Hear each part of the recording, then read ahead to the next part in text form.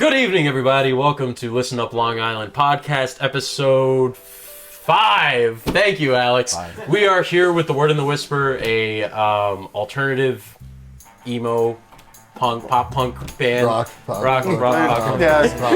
Rock. We're here with The Word. We're here with The Word and the Whisper. Yeah, there you go.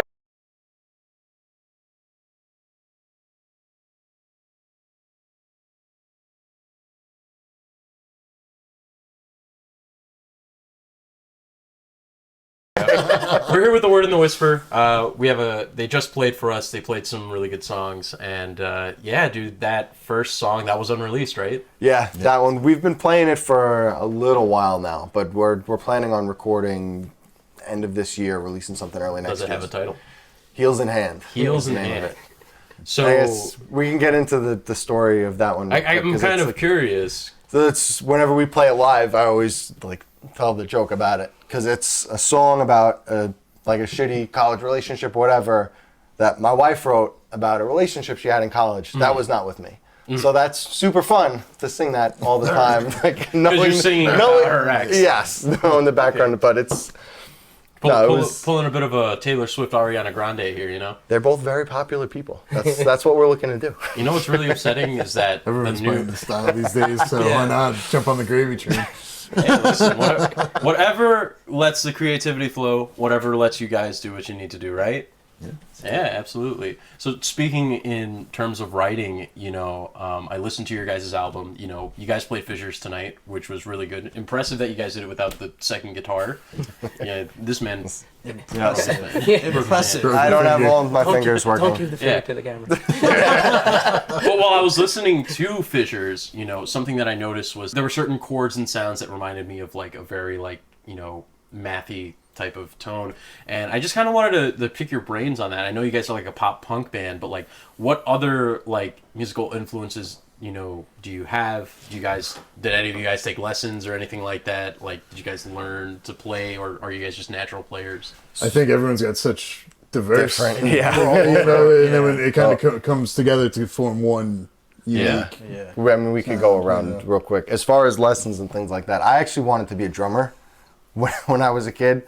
And my dad was basically just no, it's not happening. It's it's too loud. He's like, the drummers go in the back. If you want to play guitar, you can play guitar. And I was like, all right. So I took guitar lessons for 2 weeks. I didn't like it.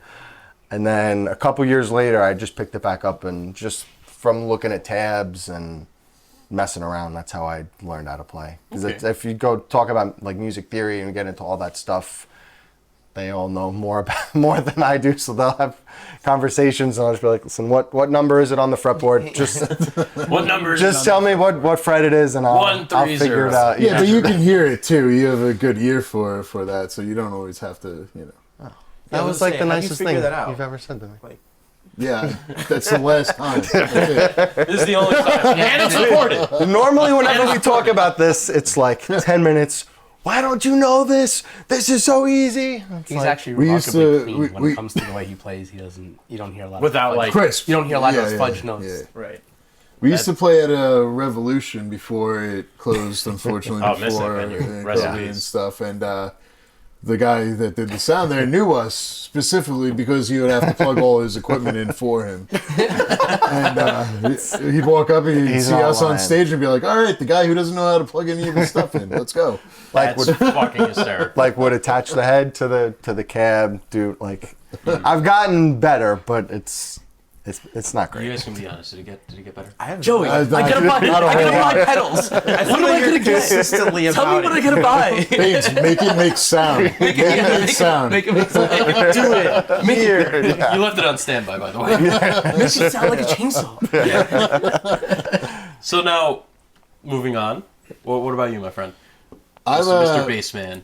I'm an old school punk guy, and that's where most of my influences come from. How old school are we talking? We talking Reagan Youth? We talking Johnny Thunders? We talking Johnny Thunders? We talking the Voidoids? The list goes on. There we go. We can talk about it. Some Johnny Thunders and the Heartbreakers. Yeah, exactly. Yeah, that was, all that kind of good stuff. And I took bass lessons when I was a kid. 6th or 7th grade. That was 2000. No, it was I don't even know when that was. 2000. We'll go past that. Dude, you're the baby of the band. I know, I'm the youngest one now. It's wild. That- And I look way older than that guy. I say you look like the oldest one. I think it's the beard. The years have really weathered me. You know? We're the two younger members, and they're the older members. They're the now. older members. Wow, that's wild. Yeah. Not by much. No. Well, no, hey, listen, punk is definitely a good start. Yeah, I love you know, fucking Johnny Thunder. And I listen to all different kinds of music. I get into all different kinds of stuff, and you know, this isn't my particular favorite style of music, but I've always played with these guys, and you know, it's always been a good time. So Yeah. And we were in a band together in high right. school when we were 16, 17. So it's started off playing at like the Vibe Lounge or like in Rockville Center. Rockville yeah. Center. Yeah. God. We actually and we did get to play the Crazy We Donkey. played the Crazy Donkey. Oh, too. shit. Shout out Crazy Donkey. That Shout out Crazy was Donkey. to play the Crazy Donkey fucking at 17. Yeah, It was we were very 17 fun. years old. We couldn't It even was very- drink then. I forgot my guitar strap. I had to ask the headliner if I could borrow my Right, strap. right, He right. was like 5'5", so I was up there playing my guitar like this, and Hey, listen, we had some of our it's like English very teachers jazzy. there. yeah, You're about to play 50 chords in front of a crowd of 3 people, you know? Some of our teachers from high school were there. yeah. That's funny. That was very fun. Yeah, so you two have like the longest longevity. You guys are like the Yeah, guys. we've been Yes. playing together for a long time. Montos. Yeah. Every band has the pair or the one person that has been in the group the longest. So I commend you guys. That's how many years now? That we've been playing. Yeah, you guys Well, have this been kind playing of together. started because you were in a band with. I was in a different band with our Yeah. old drummer and old guitar player, and we were breaking off of a different band, looking to start what eventually became the Word and the Whisper, and we needed a bass player. So I was at work one day, and we hadn't talked a ton in a few years. This is after college, so I had Yeah. just moved back from college. You were done with college already. I was working. He walked in. I was like, "Oh, hey, Baines, what's up?" He Brother- worked at Penske. So At a my truck company needed rental to rent company. the truck, so I just happened to rent the truck from where he worked. Yeah. And then he didn't even say, like, you know, I waved to him, and he's like, Beans, is that you? He didn't even say, hey, I haven't seen you in years. How you been? You know, did you go to school or anything like that? He's just like, hey, do you want to be in a band? And we're practicing tomorrow at 5 o'clock, all right? I was like, all right, sure. And that's how this started. Yeah, I'm not surprised. very. That's fucking to the not point. not even a choice. You literally just roped him into it. It didn't, like, you know, I haven't seen you in years, nothing. Nothing. Yeah, Didn't care how I was doing. there's always got to be somebody like pushing the action. Pushing the cart, you know. They would say I push too much. I would say I don't push enough. What do you got to say about that, Joey? What do Joey and Herbert have to say? What are your guys' experiences? Oh, he pushes. I think so, but I think we're also like checks and balances too. Yeah. You know, we try to listen. a good to way to everyone. put it. Yeah. So let me ask, who is the most pragmatic person? Who's your no man? Because we all know that, like, you know, usually the yes man is the guy that's like usually pushing forward. So I'm assuming that's you, unless I'm wrong. Yeah. Yeah, you're the yes man. I feel like we're all pretty pragmatic. Like as far as what we want to do. I heard some contention. So that's how you know I'm the one pushing everything. That's how I know that this guy is the guy that's the no man. I feel like I fall somewhere between the two of them where Yeah. he's more like, yo, let's be realistic. Mike's like, let's go, and I'm somewhere between I want to go, but let's be realistic. Let's not get too far. Yeah, that's true. Like When when I tries to mediate things and then And just gets angry. gets really mad and frustrated. But so that's like when I broke my finger, I couldn't play guitar, and you know we had this podcast, and we have 3 shows couple coming up shows in the lined up. next 2 months. And Joey was like, "Well, we got to figure out what we're gonna do. We need to rework some of these songs. Yeah, we'll be fine. We'll go. We'll play. You'll figure it out. We'll play the He's shows." been this way, and he's always like, it's fine. And for him, it always works out. I can't explain it. For me, I don't have that luck. Sometimes it's the energy that we put out. You go in with a positive attitude. That's the only thing that's going to come out. See, look at that. So now let me ask. He's a philosophizer. Philosophizer. So now let me ask. You know, learned a little bit about these guys over here. What about you two? You know, with the guitar playing lessons and stuff like that. I know that you two are like the newer members of the band. You know, just context clues on like what we've discussed. You know, how did you guys get involved? How did you guys, you know, end up playing your instruments? How did you guys get along, and so on and so forth? You know, who DMs the other one in wanna go secret first? more? I got involved because funny enough, their older drummer was moving to Colorado at literally the same time that I was moving back from Colorado. Mm-hmm. It literally he was going to be like 20 minutes away from where I used to live. Yeah, which I think is hilarious. Yeah, it was super funny. And so one of our friends who you work with, Penske, Bill, he was also a drummer, and I think you asked him. I asked Bill if Bill, I think, had played drums like a little bit back in the day. And so Bill's like, no, you know what? I have a friend who's kind of more experienced, and so he hit me up. At that time, I was going for my master's, and I was like, if these guys are not serious and not good, like I can't give that time. Yeah. And I heard like 2 songs that I got connected with Mike, and I'm like, I'm in. Like they sound good, you know. I want to be a part of it. Napalm in Alaska. Napalm. Yeah. No, but I mean, and then both good songs. Yeah, then we get along great, and then I got involved with drums middle school from Brentwood, and I've been playing funk, hip hop, Latin jazz. I went to school for jazz music, so I know like a little bit of theory, but I don't know. There we go. There we go, man. So I grew up with like listening to whatever was playing in the household. Yeah. And I would switch from like freshman year, I was into like emo, and then I went to like hip hop for a while. Then I got into like Lettuce and funk and like Soul Live and like those guys. How about it? And then college, I got into like Max Roach, Dizzy Gillespie, you know, those classic bebop guys. And from there on, I was like, I wanted to do what I wanted to do so much. I felt like I got the training, and so I didn't end up getting my degree, but in music. But I took whatever I had, and I wanted to do something with it. Yeah. So my first band was a bunch of 40-year-old guys. I was like 24. I literally found them off of Craigslist. but we right played next to the hookers. Yeah, right next to the hookers. We played like so you just made sure that there wasn't like a van waiting for you outside or anything. It was. I don't think Herb did that much due diligence. I was like, if you want to answer the question, Herb's the one that's getting in the van. Is free candy? Ooh, candy? He's the one. You just outed yourself as the most gullible. You know it says gullible on the ceiling? Yeah. What? You dropped this. But so then like I went from like band to band. I played with another like funk cover band for a while. Mm-hmm. Then I got involved with them, and it's been that way ever since. Yeah, it's just been that way. Yeah. Hell yeah, man! I'm about it. Jazz background, I dig it. Yeah. You know? So like I tried for drums, I try to play with a lot of technique, and ghost notes. Love putting the ghost notes in there. Hell yeah. All about it. I don't know what that is. It's a note that shouldn't exist, but exists. It's like a paradox. It's like Schrodinger's box, you know. He loves playing Everlong. No, you know what it is. You know what it is too. Like I listen to a lot of punk rock, hard rock, heavy metal, whatever it is. I'll listen to it. Country, it doesn't matter. You know. So much soul in there. I feel like as far as like music, what we like to listen to, I think I'm probably the most siloed out of the 4 of us. Of like emo metal. I like emo metal. I like listening to what I like, and that's it. Yeah. What about you, my friend? I'm all over the place. I'll go from classic rock straight through 2000s and 3 Days Grace, Godsmack, Avenged Sevenfold. Go back to Van Halen, Zeppelin, and anything in between with Alice in Chains and Soundgarden. I love any of that heavy guitar riffs. That's really me. I started I started playing piano when I was really young. Played for 2 or 3 years, and got bored. And then switched to guitar. Took lessons for a couple months, and then just kind of went on my own. Couple months? That's a pretty quick time. Well, I wanted to play songs. I wanted to jump and get ahead, which I didn't take the proper steps. I'll admit it, but I wanted to get ahead. And I mean, you sound really good. You got a really good technique. I try. You know? I try. Good tone. Now, good tone.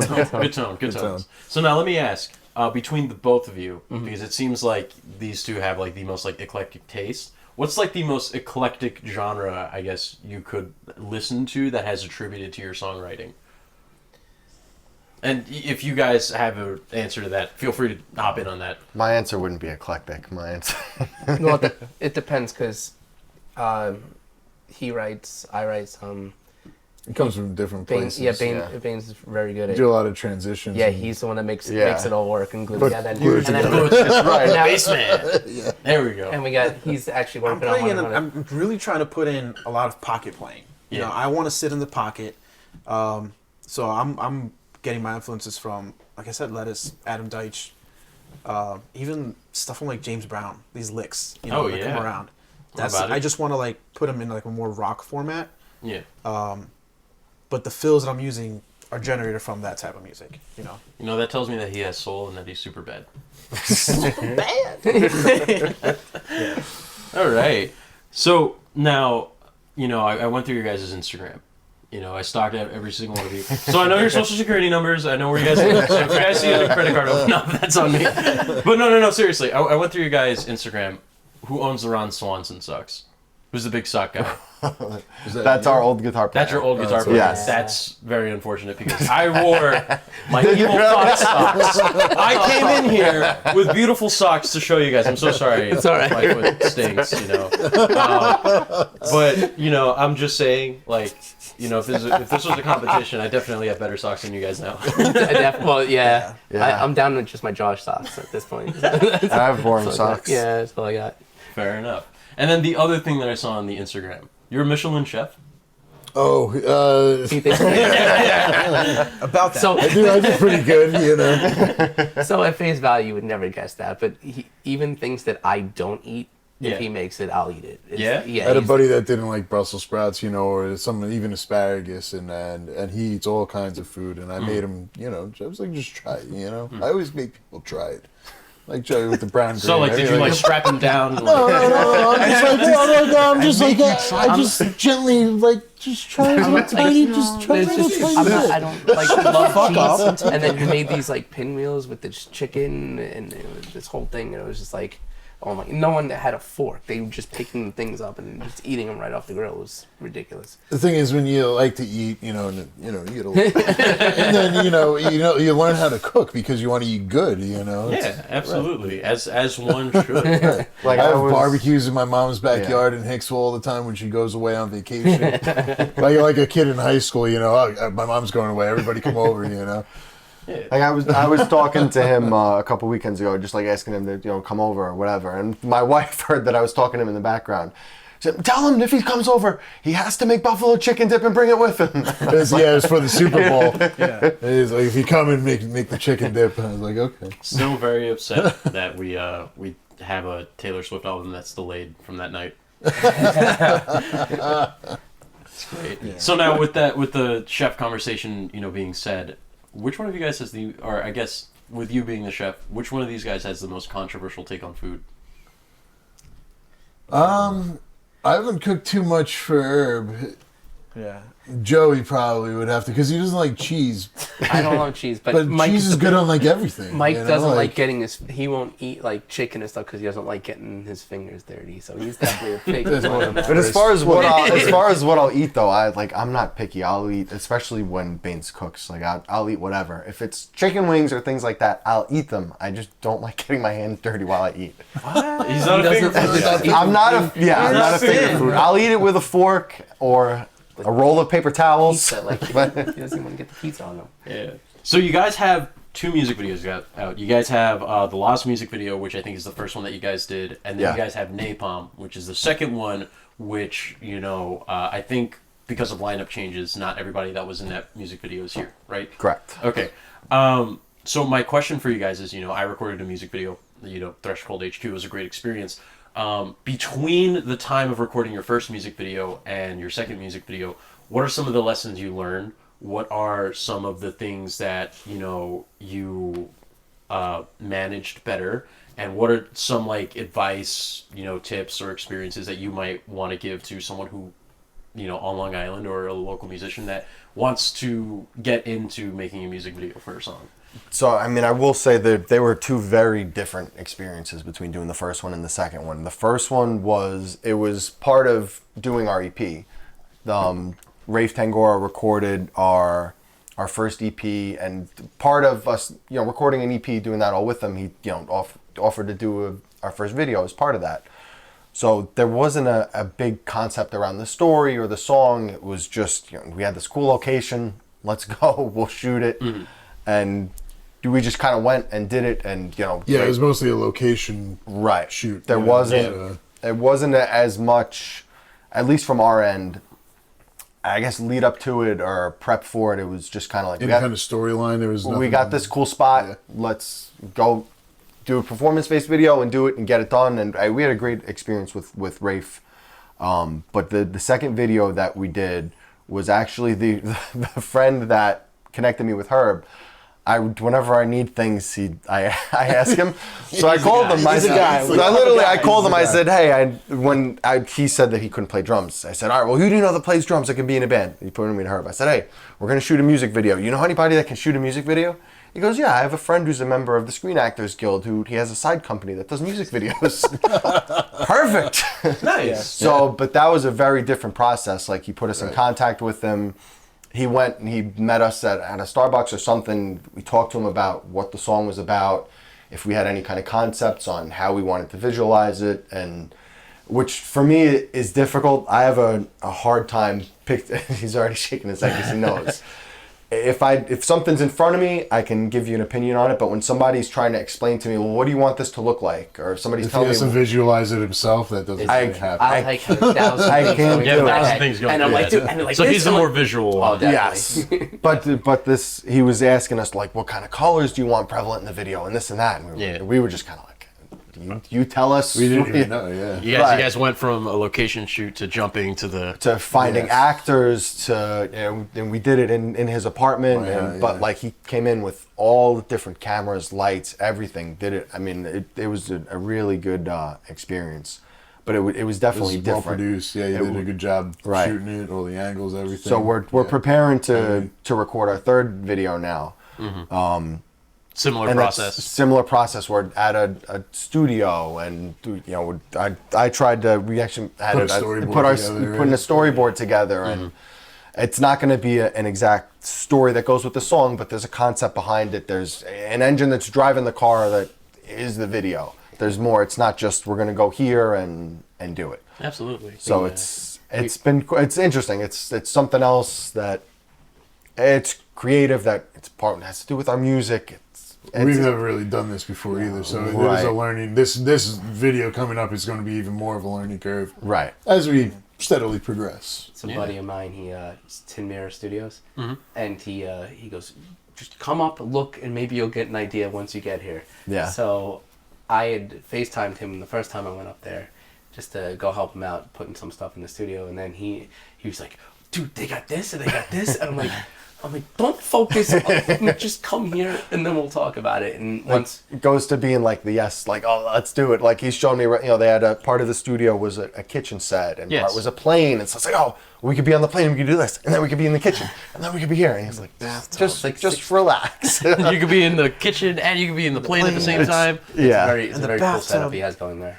Absolutely. What advice would you give to someone wanting to, prepare a music video like that? Things that you may have learned through this process, or things that you wish you could have done better. If you the only thing I would say is make sure you're working with somebody that wants to work with you. Yeah. Because if you're dragging somebody through the process or trying to overly explain what you want and they're not giving you anything back, that it just makes it that much harder. Especially with something like this, like for me, where I'm not the most visual person, so I can describe it a little bit, and then to have Tommy from Tin Mirror come back with all these ideas. Well, we could do this, and we could go, and it helped that I was there too. So he was showing me, look, listen, if you guys are sitting here, we can do the backdrop this way and this. It just makes the whole process run smoother. It helps when you have somebody that's as interested in producing the best final product that you can as you are. It's not somebody that's just collecting some cash, throwing out whatever just to get you guys in and out and turn it over. It's more so than the process itself, like you said. Just make sure whoever you're working with is as invested in it as you are. You should also come up with a budget where you want to be at. Yeah, that too. And some idea of what concept, whether you want to go with playing video, or just a band, or you have some sort of concept going on. Yeah. Right, a performance video versus like a story. A story, right. And definitely have the budget in mind. This way you can see what how far you can go with the editing. And again, anytime you're making a decision as a band, you have to be on the same page, especially with budget. It's just like with any other relationship you have. Money is always going to be a factor. Yeah. It's always going to be an issue. So it's whether you have a small budget or a big budget, as long as you're on the same page, the rest of the stuff, more often than not, will work itself out. Nice. I totally agree with that. I think, definitely having a budget is super fucking important when you're, getting things set up. Yeah. In your guys' opinion, when it comes to getting the storyboard, now that you guys are at the point where you guys are doing storyboards and stuff like that, how important is it to establish the story of the song when you guys are, recording your music videos? How much, how important do you think that is? I don't think ours is even going to really relate to anything. I think it's just going to be... I think it depends on what your goal is. Yeah, like for Napalm, it could be completely related to your song, or it can be completely unrelated to your song. It doesn't necessarily need to be one or the other. I think like we were saying, that decision I think needs to be made before you go talk to somebody. Yeah. Yes. Like Napalm, we knew we just writing Napalm, recording it, we were invested in that. Like, this is our single, this is a good one. Mm-hmm. We want to express the story of the song for our video. For this one, we sat down, we had a discussion about it, and we were like, we did the performance video, we did a story video. We want to do something outside of the box that still has a cohesive idea, but maybe it doesn't need to exactly be representative of what the song is. Kind of like a thematic avant-garde type of thing. Yes. Hey, listen, more respect to you, man. People do it all the time. Yeah, that's the thing. Like, you get more of our kind personality. You get it's like a little bit behind the scenes of us, like how we are and how you guys are. Yeah. Hey, listen, the Strokes did it. The handful of other bands have done it. So it's a lot. And I mean, some of the videos that we looked at was Danny California from the Chili Peppers, with them doing all the different outfits and a lot of different Foo Fighter videos where it's just goofy and there's a story. Story might have nothing to do with the song, right? But there is a story. And I made him watch Atreyu too. And I love the goofy Atreyu videos. That's a good band. Oh wow, ooh. Yeah, that was a deep cut for me right there. In the end, we're not doing this for any kind of money or anything. We're doing this to have fun and this is something that we work on. So we want to have it to be able to show everybody what we do and hey, this is what I do. This is This is my project. This is what I'm proud of. We want to give the best representation of, what we are as a whole, or what we want the Word and the Whisper to sound like, what we want it to look like, represent. And it's got to be fun. And that's it. It's got to be fun. It's got to be fun. We work through things. We practice. There's no hard feelings. We work through it. We're talking. We get it. We get each other. Listen, the first 5 minutes of this conversation about how I'm not as musically intelligible as the rest of them was the nicest conversation I've ever had about that topic. Like, Mike's actually a really clean guitar player. Oh, You see those memes where it's like the guitar stuff. You play the drums like this. Bop, bop, boop, boop, boop, boop. Herb, do it. Do that. Do this. Do that, but less. But more. Yeah, but less. More the symbols. The symbols. I'm like, huh? Huh? Do it in halftime and hit the China a bunch, and we'll be give me a double pedal. Sometimes I think about like giving you like a 30-minute crash course that we can speak the same language. Like, okay, this is cut time. This is like 4/4. This is 3/4. Like, this is 7/4. Just make noise with that. He's way too far. Way too far. We don't do odd time signatures in this band. Make this noise with the cymbal. We just started working on a new song that's not finished yet that does not have a 4/4 timing. So that's amazing. Yeah. I'm excited to hear it. One part of the song. The first verse. The rest of the song. The rest is 4/4. All right. 6/4. I got a question. Yeah. So, in a lot of your music, you have some heavy breakdowns. Yeah. Right? Yeah. So, in your own words, why don't you tell me, what is a breakdown? Why is it necessary? The type of music you play? What is the feeling? What's it all about? That's a fantastic question. That's a great So question. I think the last part of what you just said explained it. The feeling of a breakdown, and a lot of, and Joey just kind of pointed to it when I'm trying to explain, like, well, I want it to sound like this, or it's just in like what I want it to feel like, because usually I don't know how to describe it in any other way with music, but just with Can't Remember, which is one of our a little bit more poppy songs, as we were getting to the end of writing it, we were just trying to figure out what did we want to put, but it has we needed something to break it up a little bit. Yeah. So we're just like, fuck it, let's put a breakdown in it, and we argued about it a lot. Our singer was like, "This doesn't fit here." And he wasn't, but he was that was actually me and Baines were like, no, it fits. It doesn't fit right now, but we're gonna make it fit. And, as a fan of breakdowns, it will fit. It will definitely fit. But like, what are like some of the major emotions that you guys are like expressing with that? I'm so sorry to cut you off. No, go ahead, because it's kind of funny too. Like he was saying, that's kind of the mix of everything, where it's coming from different influences. I mean, all of the bands that I love, that I grew up listening to, are very simple. Or Nirvana or Chevelle, or System of a Down. They can be very technical, but System of a Down's guitars, more often than not, are very simple.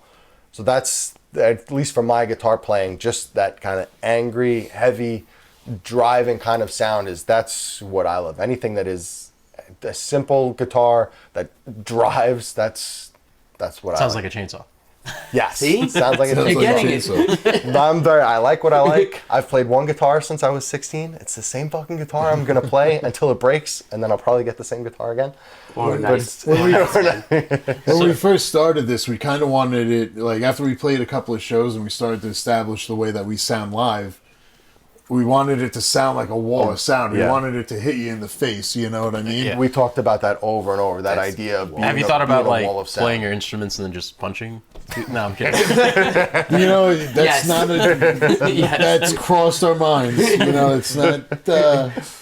So speaking of sound, speaking of tonalities and stuff like that, and this is just kind of like to open up to our tone talking section. What is the and I think this is mostly for you because you have the most pedals. Yes. I think you're the only one with pedals. Well, he has pedals. I have two pedals. You have two pedals. I have pedals. a distortion pedal and I have an echo pedal. And an echo pedal. And I have a tuner pedal, if that counts. Okay. No, we're not having it. So with your pedals, which one is the most underutilized, and it cannot be your tuner? Underutilized? Underutilized, the one you do not use that often. Like you have the one pedal for the 1-2 songs. Pitchfork. The pitchfork? The pitchfork. That's only for Fishers. Yeah. I play for one song for half the song. What the fuck is the pitchfork? What is that? It's the Pog, the Pog pedal. It's a octave shift. The octave it's an octave shift. pedal. Okay. Yeah, it's octave shift. So that's I the don't- only. No. I'm not a big pedal man. Okay. I'm a simple. I plug right into the cab. Okay.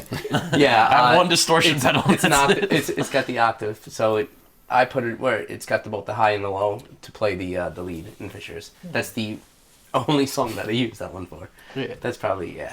I think my favorite though is the Dispatch Master. It's a mixer, reverb, delay.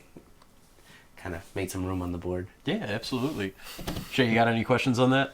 Got a follow up for me? Tone talk. Tone talk. Tone talk. I'm gonna switch over to my man Shay real quick. So I also come from a pretty heavy background as far as music. Maybe you talk about mosh pitting, right? Yeah. So like the music and mosh pitting, how does that go together so well? And why do people do it? Damn, that's a good That's question. Moshing. Not too many people start mosh pits at our shows. There's been a couple. No, People just like usually when we start, people back up. Yeah, people back up. like, oh, that's loud. It's a little loud. I think it kind of has something to do with the fact that we throw the breakdowns in and we don't always give too much of a warning for Moshing them. is a feel thing, though. Yes. As soon as that gets in you, you go. Yeah, I would agree with that. I feel like it's not something that you think about all that. Like the first time you ever mosh, it's not usually on purpose. You're at a show and some kind of pit opens up and you kind of get leaned into it, and either you just go or you don't. Yeah, we don't have too many wall of deaths or anything happening at our shows. But we could work towards it. it. We could try and make that happen. I'll be there. So I'll go way back. All right, I'll tell you one of my first experiences when I was 14. I saw Metallica, Summer Sanitarium, and it had just 2000 and 2003 or 2001, and just the sickest lineup. Seven Dust, Sepultura, Disturbed. I think even Linkin Park and Limp Bizkit. Slipknot. Oh yes, It was Slipknot's first album. You know, so I just I hit the jackpot with that. It was at Giant Stadium, but there was a different feeling about going to these kind of concerts back in the day, whereas it is now. Back in the day, you had, you know, people felt community. People, you go there, and that still exists, don't get me wrong. But I would say that, you know, people appreciated no cell phones. You know, you're in the moment, the experience, right? You're not trying to, you know, prove to people that you're here. You just there enjoying the moment. So maybe talk about, like, some of those experiences that you've had growing up. Go way back into your mind and remember, like, what was something really influential that made you say, hey, I want to do music. This is for me. So, I mean, one for me, which, again, it's all, like I said before, like, I'm the most siloed. I will say this is the one exception, is my dad is a huge Deadhead. So I grew up listening to Grateful Dead my whole life. But, so my first show was Dead at Jones Beach when I was 14. So just seeing that, and I've gone to a bunch of Dead shows since, and going to a Dead show is different than going to any other kind of show, just from, and it's not even like it's a specific type of person, because you'll run in, I mean, I saw them, you know, this past year, where it's like you run into teenagers, you run into people that are 70 years old, and it's all different types of people, and every single person wears a Dead shirt. It's the only shows that I've been to where it's every single person there is wearing a shirt of the band. And it's like everybody you talk to talks about the type of shirts, but just to go back to like feeling of just being at Jones Beach Theater, which is one of my favorite venues. But I see all the twirl girls spinning around and everybody dancing and just not moshing, but just the flow back and forth between the stage and the audience and how it's all kind of connected. And like you said, there's no obviously there's always gonna be exceptions, but those are some of the shows that I go to that it feels like everybody there is invested in the atmosphere there as much as, if not more than what the band is actually playing. It's the atmosphere of being at a Dead show, which I saw Mudvayne over the summer, and that was awesome because they were like Dead to Mudvayne. They were because there was not. I didn't feel like there were that many cell phones at, and he was singing so well. Like his voice sounded great, and everyone just seemed to be like gravitating to, like, they were all pushing just to get like close to him. And the way he was singing and screaming in everyone's face, that was awesome. But I saw a Yellow Card a couple years ago when they were just about to break up, and like their last tour at Paramount, and I remember them. He explicitly said, everyone take out your cell phones and put them on silent. I don't want to see them. We're all of these songs are already on YouTube. They're already recorded. No videos. And it was so intimate. I think everyone was actually in the moment. You didn't see the cell phones, you know. I think that was, you know, really cool. He had to go out of his way to say that. Right. Like I don't want to see one cell phone, you know. Mm-hmm. Yeah. Absolutely. Yeah. I mean, there's a balance. Like, you go to the show, you want to see the show, you want to enjoy it. You know, I went to Tool, and they basically said, if you are filming or you take a picture, like, somebody will come out and take you out and kick you out. Wow. And it's like... That's awesome. Yeah, right? Yeah. I'm like, part of me is like, yeah, I totally get that, and I respected that so much. But the other part is, like, you're paying all that money. You should be able to. You should be able to. So there is a balance, right? I would definitely. I like having a picture of, and especially when we went to the Silverstein show.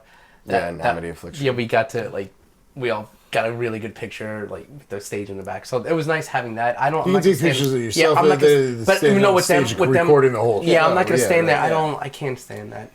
But it's so crazy. Like I think one of my first shows was probably Green Day or just Insomniac.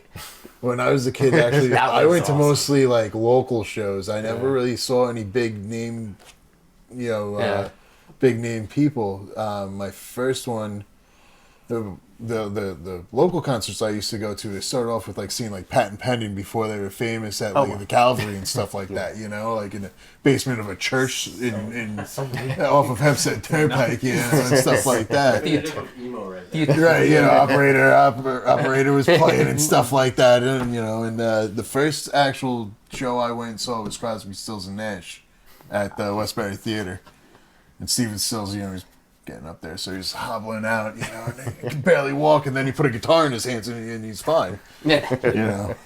Love them. You know, Deja Vu. Yes, that album. That was great. You guys check out Deja Vu. I mean, just they encapsulated the feeling of Woodstock. Like one of their tracks is Woodstock. Right? Yep. Where they wrote about Woodstock. But Deja Vu, that whole album, you know, it was 4 people who were all super talented musicians coming together and just like really encapsulated that time and place. Yes. So you seeing them now, I mean, I've always been an old school type of person, you know. So that's amazing. You know, it was a no-brainer for me. Of course, I'm going to go see that. Obviously, yeah, they're legends. Right, I mean, yeah. So, I mean, let's talk about our time in Long Island in music. You know, that's a great thing to talk about. Yeah, right. Yeah. So you guys, there's a lot happening. I mean, there's a emerging scene that's coming about where you have all different styles of music, and through social media, through other ways, people can be a lot more supportive, you know? And it's not like the days of Woodstock. It's more like the times now where, you know, we're so connected and you could, you know, write a song, put a music video out and get it out there. So what are some of the things that you appreciate about what's going on right now in Long Island? On Long Island, depending on if you're from Long Island. You say on Long Island. Excuse me. So I would say one of the things that we've been playing together since 2016. That's as the word in the whisper. One of the things that I've noticed that we ran into a lot when we started playing was the whole pay for play.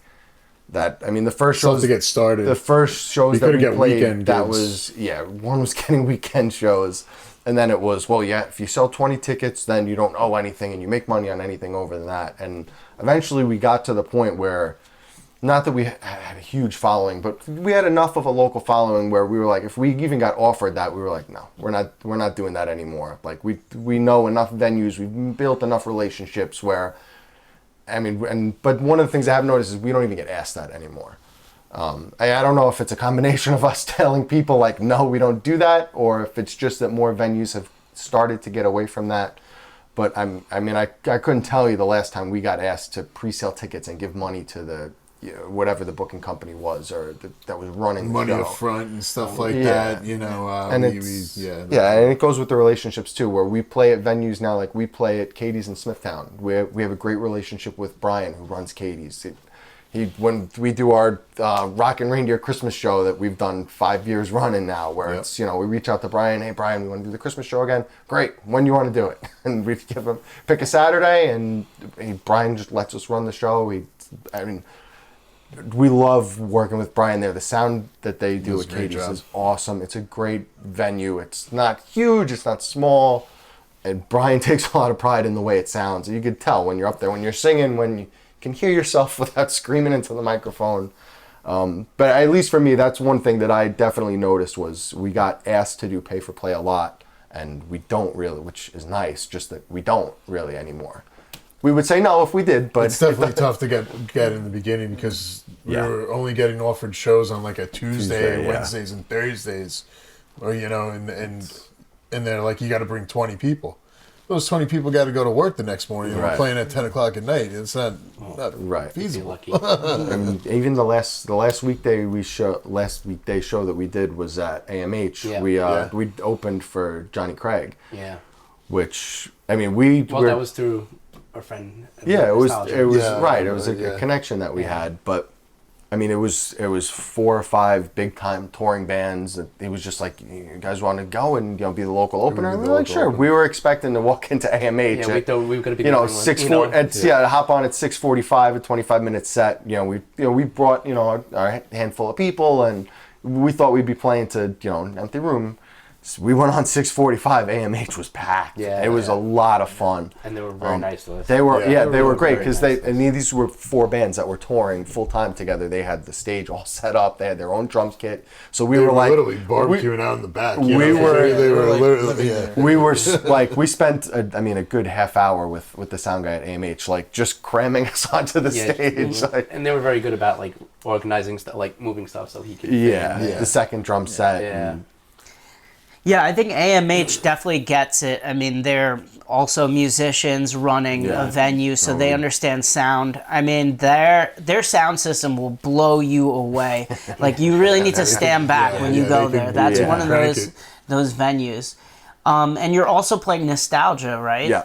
So, is this your first time, or you played there before? No, I mean, we started playing there when it was One Eye Jacks. We've played that spot. I mean, at least half a dozen times, probably more than that. But yeah, no, it's a great local venue. I mean, we were talking about venues on the drive over here, talking about Nostalgia. What we like about it is we feel like it's a good crossover venue for us. It's the type of crowd that we get along with. It's usually similar bands. They're bringing audiences that we think will like our music, and it's easy for us to make relationships with other bands because it's not that we all sound the same, but it's bands that are on the same kind of path that we are. So those are the shows that we like playing. Definitely hooked up some very good bands in the last few shows. I mean, just in general, we've made a lot of relationships with a lot of bands that aren't around anymore. And a lot of bands that are. I mean, Steve and the Not Steves and Sharp Violet from Lindenhurst. We've played with them for years. Mary the Station is one that's not around anymore. Mary the Station, we used to love playing with them. But so that's something that we wanted to talk about a little bit. Was one of the other podcasts we were listening to, one of the other bands talking about how it's so important for the bands to be cohesive and build each other up, and it's not a zero-sum game. We've always half-seriously said, it is a zero-sum game. Every fan that they get is not a fan that we get. We're the best band anybody's ever heard. So it's with a grain of salt, but I feel like having that kind of confidence, you have to have it to get on stage. But we enjoy playing with bands that, if we're about to go up, or we played and we say, damn, they're good. Like, just the competitive, I mean, we're all athletes too, so that the competitive nature of that is like, shit, they sound good. We need to make sure we sound at least that good, if not better. One of the bands that we played with recently that was like that is, and I don't even think they have a huge following yet, is Johnny Genius and the Know-It-Alls. They are awesome. I love them. They have a great stage presence. They're heavy. They're 3 of them are like brothers. They've been playing together since they were 15. But they played on our Christmas show with us, and they killed it. But they played with us on the album release we did at Katie's too. The album release, and we'd never played with them before. And those Katie shows, we do all the booking. We set everything up. It was just reaching out to different bands. We didn't know a ton about them. They only had one recorded song, but they got up there and they killed it. And we were like, but it was great for us because we were going up. After them, we're like, shit, all right, let's go. Like we got to make sure we're on point. So that kind of competitive nature kind of goes with our feel too. Always, it's that we want to make sure that we're the best fucking band. That competitive nature also pushes everybody to build yourself up, come out with new stuff. Push yourself to the extent of what you can do. Yeah, it's not just about having great music. It's also like the show that you put on, the stage presence, the way that you make people feel. Right. Going back to this, throwback, but you were talking about Patent Pending, the following that they had on Long Island, where everybody knew all their songs. They would chant, they would, give the mic to the crowd. Like those types of things, like that sets your band apart. And that grows a following because they're like, oh, I'm definitely coming back. Every time we see them, they include the crowd. Include the crowd. You put on a new experience every time, and that brings them back. Yeah. No, and that's something that me personally, I've had to work on just from playing rhythm guitar and doing vocals where we had a lead singer, and then he left, and then all of a sudden I became the lead singer and, playing no instruments. It took a little bit for me to get used to being on stage with just a microphone and being out front. And it's switched back now to still singing lead, but playing guitar now, it's a little more comfortable for me. But I mean, it was fun. It was cool getting to be in that kind of position and learn on the go. And Joey's shaking his head. I find it harder now to go from rhythm to lead and still move. I'm constantly like looking down thinking, oh boy, don't float this out. I'm trying to, like, I want to go like do something crazy, and then I'm like, and then all of a sudden I hear what, like the note goes down, I'm like, bring it back. It goes to like what you're saying. We don't think about like, oh, we need to, obviously we do think, we need to make sure we sound on point, but it's also like when we look at our videos or stuff, it's like, all right, we need to make sure, like, how much am I moving? How much are you guys moving? Like, it's a good thing to always keep your head up while you're playing so that you can, you don't want to stand like a statue, and then you could sound incredible if you're all just standing there going like this. It's boring. No matter how good you sound, like there's got to be some kind of movement. There's got to be some kind of energy that you're translating into the crowd, for sure. When you show that you're having a good time there, I love doing that. they're gonna see that and reciprocate that. They're gonna. That's a good way to put it. Yes. Yeah, absolutely. People come out to have a good time, and whether you're having a shitty week, you have to take all that anger, all that energy, put that out to the people, and then it all comes back to why we're doing it. It's to have fun, to enjoy life, this moment in time that we have, because like nobody's gonna want to see you when you're 65 years old. Like, I mean.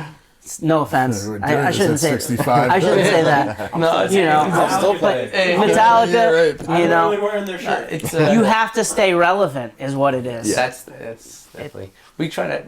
It's definitely trying to show how fun. Like, there's parts of the songs where he hates. Like, when we're practicing, we'll mess with him and like do like little harmonies or like stupid backup vocals. Like backup vocals, just messing when he's doing solo stuff. I like him. It's fun to do. So when we're playing live, depending on like the show and stuff, I'll look at him and I'll like lean over like I'm gonna do it, and he starts just giggling on the stage. So you could definitely, we're definitely trying to project that we're in it that fun. So yeah, but that's like showing your personality too. To the audience, right? Because otherwise, you just come off as like, I don't want to just stand there, right? Like. Smile or you can look. Everything's available now. You have the internet. You can go see all these videos and you can hear all the songs. But to see that part of it, I think, is important because you get to see the actual personality. It's not just a carbon copy of a band that sounds either the same or they have a sound, but it looks like overproduced. Yeah. That you can't actually get the feel of what they're doing. Well, that's part of what we do too now. Not at every show, but we try to work with the audience to put Joey on call it Joey's emotional roller coaster, where it's one of the first songs in the set. We make sure everybody in the crowd screams, "Fuck you, Joey." And then we put all the focus on him for the next song to make sure he doesn't screw up. And if he doesn't, then we have the whole crowd scream, "We love you, Joey." Which is messed up because I wrote the song. And I still messed it up when I play it. But just different ways to, like you said, just to have fun on stage and get the crowd involved a little bit. Yeah. Sorry for that very quick intermission break. Thank you, Shay, for hopping in. Love you, man. You're fucking awesome.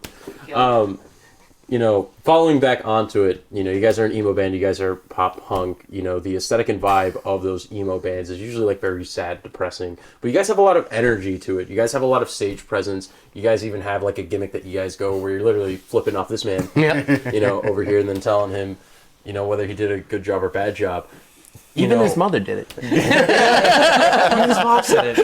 Even she said it. At what point, because I know that you guys are like very technical, at what point do you believe, it's important for, bands to really cultivate having stage presence? Like, are you guys looking back at your footage? Are you guys looking back at previous shows to build that stage presence, build that energy? Yeah, I mean, so I think some of it has to just come organically, but it's definitely something that unless you're a perfect performer and it just comes to you and you had some kind of stage or theater background, great, but none of us had any of that. So with all of us really, with the athlete background, it's like watching film. Yeah. Like, you go play a show and it drives my wife nuts where like, if we have somebody film our shows, I'll sit and I'll watch every song over and over. He's watching the game. We're not even home yet. And he's like, who's got videos? Who's got videos? Like, because I want to hear what we sound like for sure, but I want to see what we look like on stage. Like, and if it was when I was just singing and not playing guitar, it's like,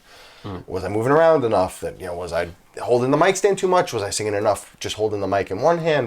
I want to know what it looked like, and so I can change it and make it better. I mean, I think that's kind of our goal as a whole, is just to always get better. And how has the lineup changes, affected the trajectory of your guys' stage presence? As far as the stage presence, it's like, been who's the different. stiffest? Who's the stiffest? It's shorter now. At playing leads now, I've definitely clammed up a little bit.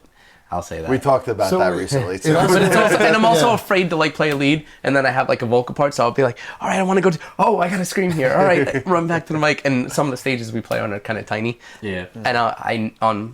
Yeah, that's a big thing. The stages also aren't the biggest stages, so you can't just go running to the other side of the stage. It's not like you're in your little square where you are, and we're pretty big people too. Yeah, you guys are. You guys are very wide. So we don't exactly fit on some of the stages that we do play on. And we used to be a 5-piece. Now this is the first time we're playing as a 4-piece, so it's actually been really nice. Yeah, and have a little bit of room where I'm not singing and waiting for the head on the bass of the guitar to swing. One of the first shows we played, he goes like this. He goes, we started, and he goes, whoa! And the bass came and I'm like, whoa! And it was at AMH, and the speaker was right behind my head. I was pinched between. I'm ducked down the pit. Every man for themselves. Every man for themselves. Stay away from the bass. You gotta be away in this area. Stand on the left so I can swing it all the way across everybody. There you go. I get that. Have you guys had any accident mishaps from doing stuff like that? We've hit each other. We bumped into each other. Nothing before, crazy. I don't think. We've definitely, with the heads of the instruments have bumped. Then nobody's been knocked over. No. I think the worst thing is nobody's fallen or anything. I hate the tuner and silenced everything when I was supposed to come back in on one part. It was just me playing. I think that was the biggest thing. That's just I was a nice technical difference. Yeah, it was an extended. I'm like. And then I'm like, okay, we got it. Let's go. I think no show's ever going to be perfect from a technical aspect. But rock and roll. So now, with being an emo band, with being a pop punk band, you guys have played Katie's and stuff like that. The community that you guys are in right now, with the fan base that you have, what are some of the best qualities about that? And then what are the things that you want to see, in the community as it grows? Because I know you guys mentioned being, competitive to a degree. Yeah. Where we want to make sure that we're playing our best. We want to make sure that we we have our stage presence. But what about the community as a whole? Like us gathering together, making sure that we're supporting each other. Can we do better?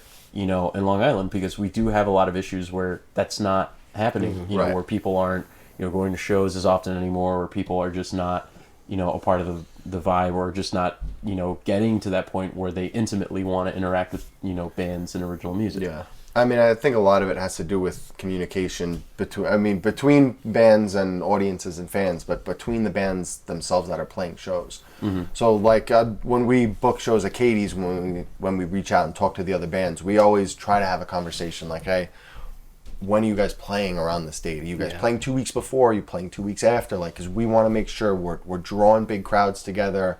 We want to make sure that the audience that's there at the first set is still there at the last set. We want to, we want to make, if everybody can make money, great.